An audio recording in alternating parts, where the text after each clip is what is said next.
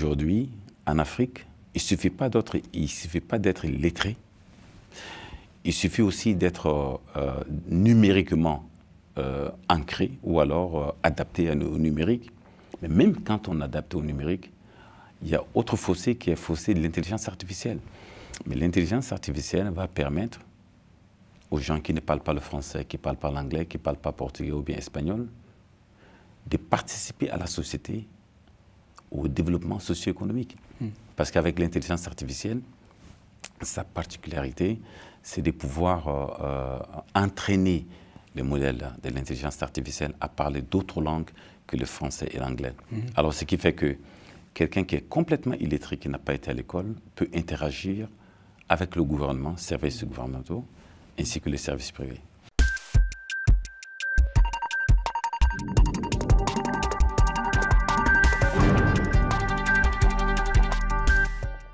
Bonjour. Mon invité aujourd'hui est Lassina Koné, le directeur général de Smart Africa. C'est une institution qui a été montée en 2013, mais opérationnelle à partir de 2014. C'est une structure qui rassemble une quarantaine de pays africains pour entamer la bataille du digital, notamment. Et avec mon invité, je vais pouvoir analyser toutes ces données avec lui sur les enjeux majeurs du numérique. Bonjour. Bonjour, M. Cham. Ravi de vous recevoir. En tout cas, aujourd'hui, vous êtes au cœur d'une problématique essentielle qui est la dimension digitale, la révolution digitale pour l'Afrique. C'est-à-dire que comment aujourd'hui votre institution peut-être dire deux mots sur Smart Africa et comment vous allez incarner cet agenda de la révolution numérique. Merci beaucoup, Cham, de m'avoir invité à votre émission. Smart Africa, c'est une organisation panafricaine créée en 2013 par 7 chefs d'État à l'époque. Aujourd'hui, on est quarantaine. Pour faire face à la 4e révolution industrielle à l'époque. Quand ça a été créé, on avait 5 manifestes. C'est-à-dire, la première chose, c'est de mettre la technologie de l'information et de la communication au sein du développement socio-économique. Et deuxièmement, c'était de promouvoir et bâtir des infrastructures de la grande bande passante.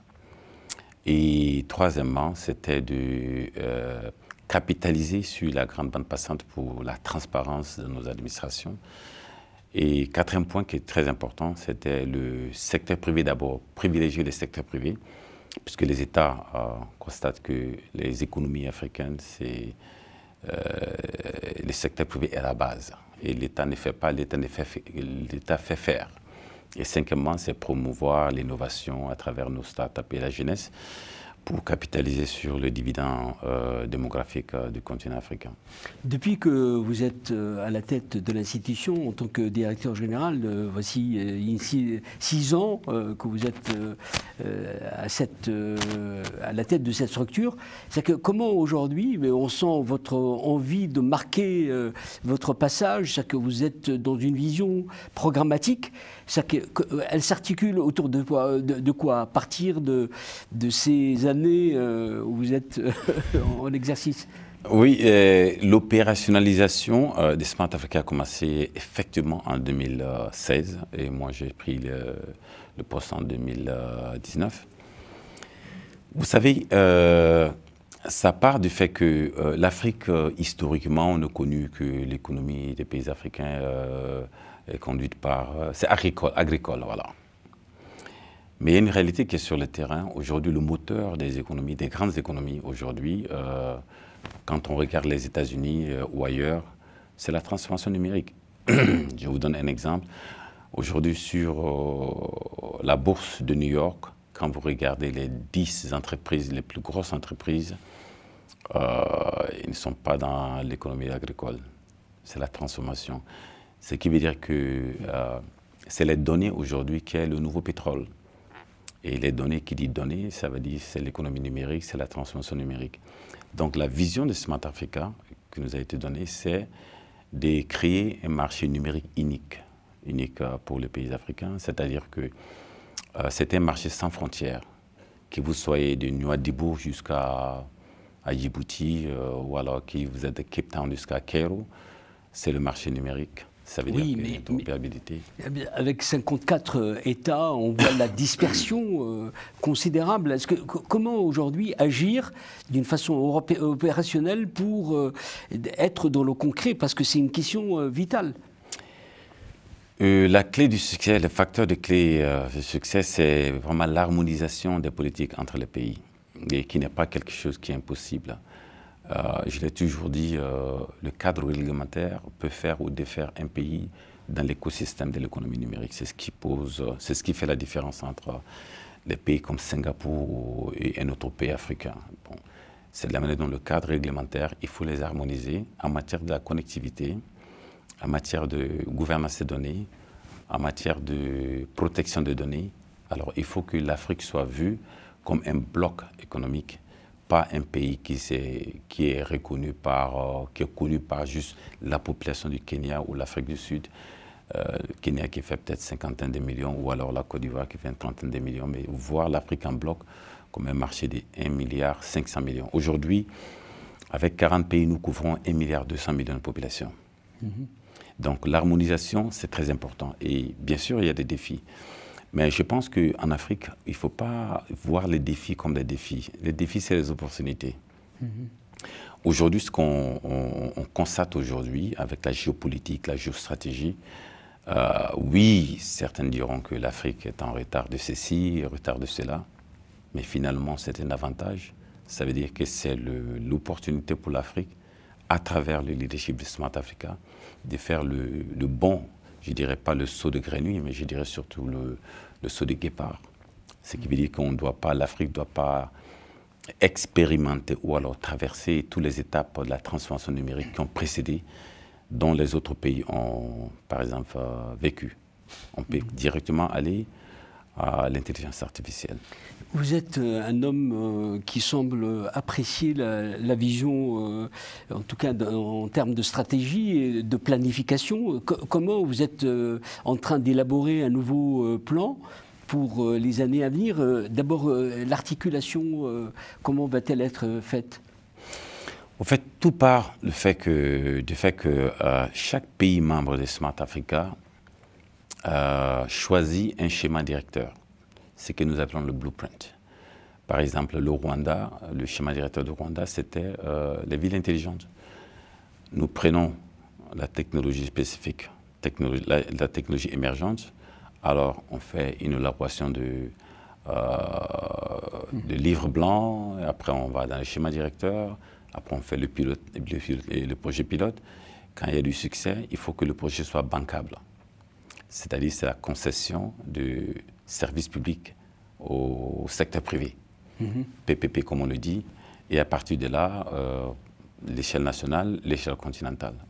On a fait le schéma directeur du Rwanda qui est les villes intelligentes, et l'Afrique du Sud c'était sur l'IA et l'intelligence artificielle, le Bénin c'est l'identité numérique, le Ghana c'est le paiement panafricain électronique, et la Côte d'Ivoire c'est la cybersécurité. Et aujourd'hui, on a pratiquement 18 schémas directeurs continentaux sur le déploiement, la planification des programmes des technologies émergentes. Ça, c'est notre approche. Parce que nous croyons que cette approche est beaucoup plus pragmatique que la relation bilatérale entre les pays donateurs, si je peux dire, les partenaires au développement, et chaque pays dont le projet, quand on commence à investir un projet spécifique dans 2 ans, 3 ans, ça commence à collecter la poussière, alors il n'y a pas de suivi. Il y a des éléments clés dans l'approche quand on est dans cette structure. C'est que vous avez l'avantage de la transversalité. Exactement. Et il y a des éléments essentiels qui structurent cette démarche. C'est que l'éducation, la bataille des cerveaux, des compétences. C'est que tout ça, comment vous vous y retrouvez et comment conseillez-vous d'ailleurs vos partenaires? En fait, les thématiques des Smart Africa, ça tourne autour de 3 ou 4. Première chose, c'est la connectivité. Deuxième chose, c'est l'innovation. Et troisième chose, c'est la transformation. Et quatrième chose, c'est l'accélération. Alors, autour de ces 4 thématiques, Et nous avons des projets qui sont structurés, des projets structurants autour de ces 4 thématiques. La connectivité, par exemple, on appelle les pays au projet. C'est le projet que nous avons fait avec la République de la Guinée. Ça appelle tous les pays africains à se connecter au moins 2 de ses voisins. Et ça, c'est un projet structurant conduit par Smart Africa et la Guinée. Prenons ça l'exemple. Et la Côte d'Ivoire, par exemple, c'est le schéma directeur continental sur la cybersécurité. Et c'est ce qui a amené d'ailleurs à la création de l'ANCA, qui est le réseau africain des autorités de cybersécurité, qui regarde la réglementation, l'harmonisation au sein de la cybersécurité.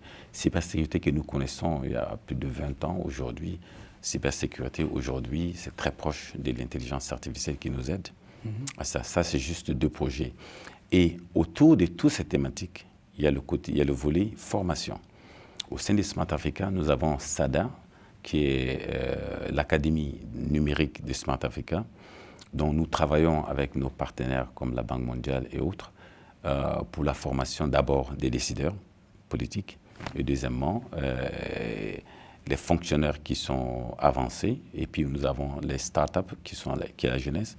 Et on a aussi le programme de STEM, qui est très important, qui est la nouvelle méthode de l'apprentissage, qui est Science, Technology, Education, Art and Mathematics, et puis maintenant le public. Donc la formation touche à tout cela, que vous prenez la connectivité, que vous prenez l'innovation, le blockchain, l'intelligence artificielle, que vous prenez n'importe quel sujet, n'importe quelle thématique, il y a toujours le volet formation dont Smart Africa dirige. Donc on touche à tout. Comment intégrez-vous la dimension qui est essentielle aujourd'hui, c'est qu'avec l'intelligence artificielle, des métiers entiers vont disparaître. Comment l'Afrique va pouvoir gérer ça? C'est-à-dire que c'est une histoire en train de s'écrire. C'est une histoire qui est en train de s'écrire, mais je dirais que l'intelligence artificielle va bénéficier, sera avantagée à l'Afrique plus que tout autre continent. Je vous donne un exemple. Dans les règles de l'art, nous voyons tous les objectifs de l'ODD d'ici 2030. Du coup, on a l'intelligence artificielle qui permet à toutes les nations d'accélérer la transformation. Parce que l'intelligence artificielle, quand elle est déployée avec l'inclusion, axée sur l'inclusion, ça veut dire qu'aujourd'hui, en Afrique, il ne suffit pas d'être lettré. Il suffit aussi d'être numériquement ancré ou alors adapté au numérique. Mais même quand on adapte au numérique, il y a autre fossé qui est le fossé de l'intelligence artificielle. Mais l'intelligence artificielle va permettre aux gens qui ne parlent pas le français, qui ne parlent pas l'anglais, qui ne parlent pas portugais ou bien espagnol, de participer à la société, au développement socio-économique. Parce qu'avec l'intelligence artificielle, sa particularité, c'est de pouvoir entraîner les modèles de l'intelligence artificielle à parler d'autres langues que le français et l'anglais. Alors, ce qui fait que quelqu'un qui est complètement illettré, qui n'a pas été à l'école, peut interagir avec le gouvernement, services gouvernementaux, ainsi que les services privés. Oui, avec les données de base sur le taux de pénétration, etc., est-ce que ce n'est pas un peu un gadget? L'intelligence artificielle, c'est vraiment, ça suppose aussi l'appropriation de l'outil. Absolument, mais tout cela, toute cette intelligence artificielle, l'aspect, c'est posé sur 4 éléments. C'est l'infrastructure numérique. Quand j'ai l'infrastructure numérique, c'est la connectivité des zones urbaines, des zones rurales. Mais ce n'est pas ça seulement. Il y a les centres de données qu'on appelle les data centers. Il faut avoir les data centers. Mais quand on regarde où est-ce que l'Afrique est par rapport à tout ça, en matière de connectivité, on n'a que 46% de la population qui utilise l'Internet aujourd'hui. Mais cela, ça ne veut pas dire qu'il n'y a que 46% qui sont couverts. Parce qu'il y a le taux de couverture est une chose et le taux d'usage, c'est autre chose. Le taux de couverture, on est beaucoup plus que ça. On est pratiquement dans les 85%. On n'a que le taux de couverture non couvert, c'est à peu près 15%. Mais dans les 80 à 85%, l'usage aujourd'hui est à moins de, je dirais, à moins de 50%. Mais cela n'est pas dû à l'intelligence artificielle, cela est dû à l'abordabilité de l'Internet. Parce que l'Internet, jusqu'à présent, ça coûte très cher. Et nous avons mené des études, hein, la Banque mondiale, l'UET, tous les rapports disent que c'est lié à 4 choses. Le taux de pénétration, le taux bas de pénétration, c'est dû à l'abordabilité, ça fait 1. Les smart devices, les appareils intelligents, que ce soit le téléphone ou alors l'ordinateur. On a aussi le contenu. On ne donne pas l'accès à Internet à la population africaine pour faire seulement du social media, non. Absolument. On donne une raison pour laquelle l'IA va permettre d'avoir de contenu dans le contexte africain. Et puis, 4e chose, c'est la cybersécurité. Il faut faire la confiance au numérique. Donc ça, c'est l'aspect connectivité. Je dis l'infrastructure digitale. C'est posé aussi sur l'harmonisation des politiques. Nous avons parlé de cela. C'est aussi l'innovation.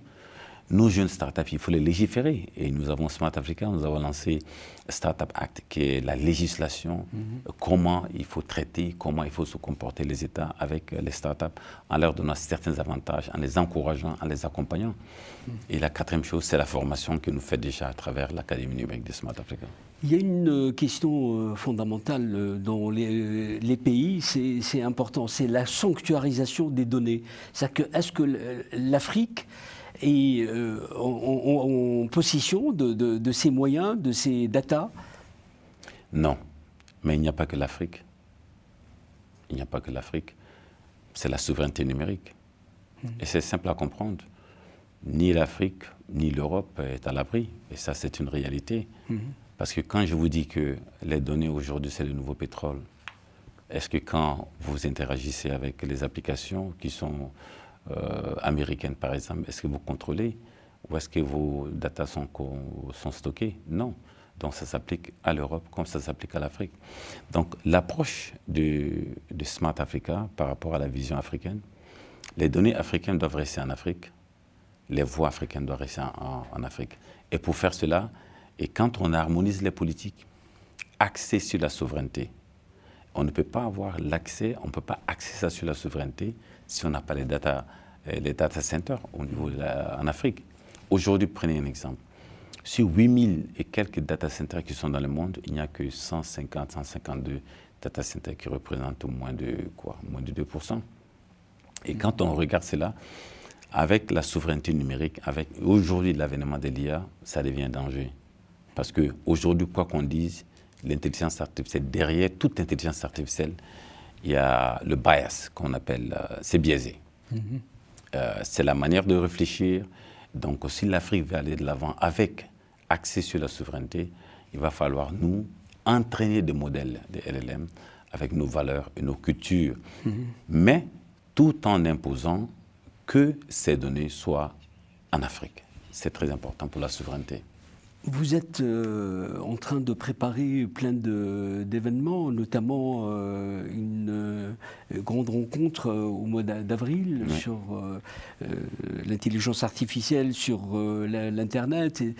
Comment vous allez articuler cet événement et comment poser le curseur sur les problématiques essentielles pour l'Afrique? Oui, on a bien sûr en mois d'avril, du 3 avril au 4 avril, tout le monde est invité d'ailleurs le sommet global de l'intelligence artificielle sur l'Afrique.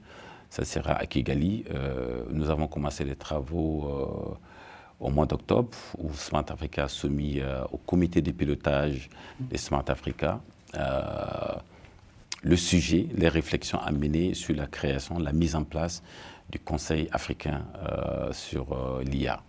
Alors, les résolutions qui sont sorties de là, ils nous ont ramené à se concerter, mener une réflexion sur la note conceptuelle, sur le fonctionnement, sur les objectifs de ce Conseil de l'intelligence artificielle. Et une des raisons pour laquelle je suis là. Hier, nous avons eu une réunion à huis clos avec les ministres, les pays membres de Smart Africa, pour finaliser. Et nous allons nous rencontrer encore pendant le Mobile World Congress qui se passera entre le 3 et le 6 à Barcelone, avant d'arriver pour faire pour la déclaration de Kigali pendant le sommet de l'IA global sur l'Afrique.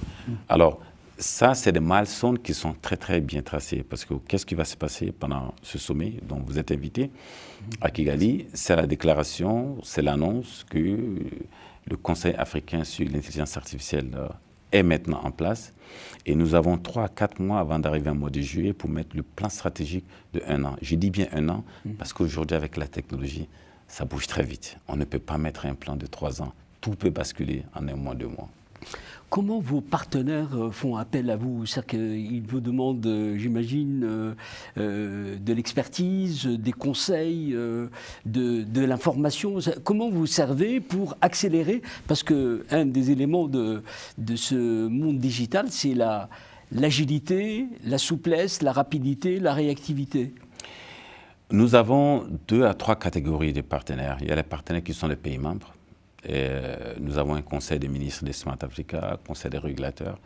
Ça, c'est très clair qui appelle à se réunir, à discuter sur les sujets qui sont appropriés à l'Afrique par rapport à la souveraineté. Maintenant, nous avons des partenaires de développement. Les partenaires de développement voient en Smart Africa un moteur catalyseur pour accélérer la transformation sur le continent avec notre approche qui est un peu pas très orthodoxe. C'est-à-dire que traditionnellement, c'est partenaire au développement, c'est la relation bilatérale, c'est un projet spécifique, le projet peut avoir du succès ou pas.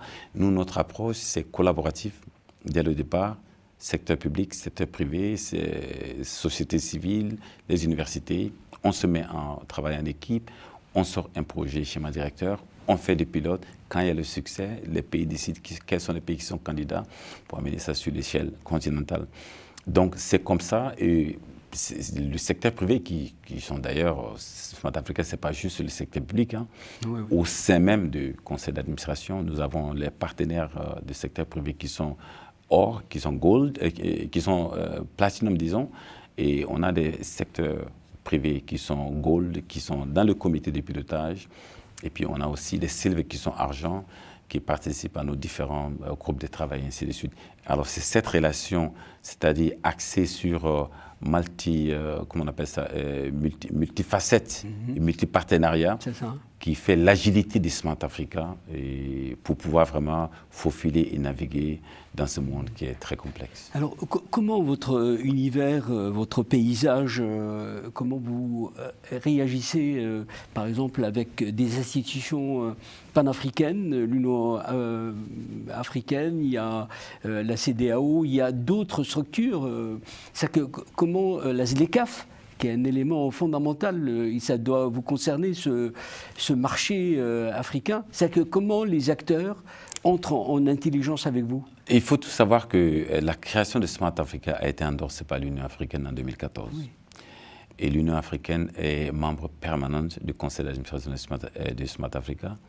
Et l'Union africaine est co-chair, c'est-à-dire co-chair, vice-président du comité de pilotage, dont rien n'est fait sans concertation avec l'Union africaine. Que vous preniez la loi de Malabo, l'appel de Malabo sur la cybersécurité, Smart Africa n'a fait que amplifier. Que vous preniez la stratégie de transformation numérique de l'Union africaine, Smart Africa n'a fait qu'amplifier. Si vous prenez, même l'année dernière, la stratégie de l'IA pour l'Afrique, Smart Africa n'a fait qu'amplifier. Tout est fait en concert avec l'Union africaine. Qui dit l'Union africaine dit aussi NEPAD Aouda, qui dit aussi la ZLECAf, qui est la zone libre d'échange continentale, dont la plupart des activités déjà et les projets qui ont été mis en place, les schémas directeurs, vont beaucoup servir la ZLECAf dans l'élaboration de ces politiques par rapport à la mise en place d'un marché de zone libre continentale. On a 2 minutes pour terminer. Zach, les chantiers qui comptent pour vous, et concrètement, est-ce qu'on peut avoir une idée sur ça? Oui, aujourd'hui, avec l'avènement de l'IA, je pense que c'est un wake-up call, comme le président américain l'a dit. Wake-up call, je ne sais pas comment ça se dit en français, mais ça veut dire que les chantiers qui sont là, la bataille qui est là aujourd'hui, c'est l'IA. Comment l'IA peut faire de telle sorte que l'Afrique avance beaucoup plus vite. Là, on parle de potentiellement un marché de 2 900 000 milliards, comme on le dit en anglais, 2,9 trillion. Opportunité à saisir d'ici 2030. Alors, l'IA peut nous permettre d'arriver là-bas beaucoup plus vite. Donc, ça nous tient à cœur. La mise en place du Conseil africain de l'IA est très importante. le Conseil africain, c'est-à-dire nous pour nous, l'intelligence artificielle n'est pas seulement une révolution, c'est une évolution dans l'écosystème que nous faisons déjà, puisque c'est posé sur des piliers dont nous avons déjà fait beaucoup d'avancements. Donc ça pourra tirer tous ces projets, que ce soit la connectivité numérique, que ce soit l'harmonisation, que ce soit l'innovation et que ce soit la formation, tirer pour aller de l'avant. Ça, c'est le champ de bataille dans le 1 an à 2 ans à venir. Avec ces propos résolument optimistes, je vous remercie d'avoir été avec nous, d'avoir expliqué votre vision, votre programme. À très bientôt et merci encore. Peut-être on se verra dans d'autres occasions pour développer d'autres aspects d'ailleurs. Absolument. Merci beaucoup Hicham de m'avoir invité sur ce point. Merci, avec plaisir. Au revoir et à la prochaine. Merci.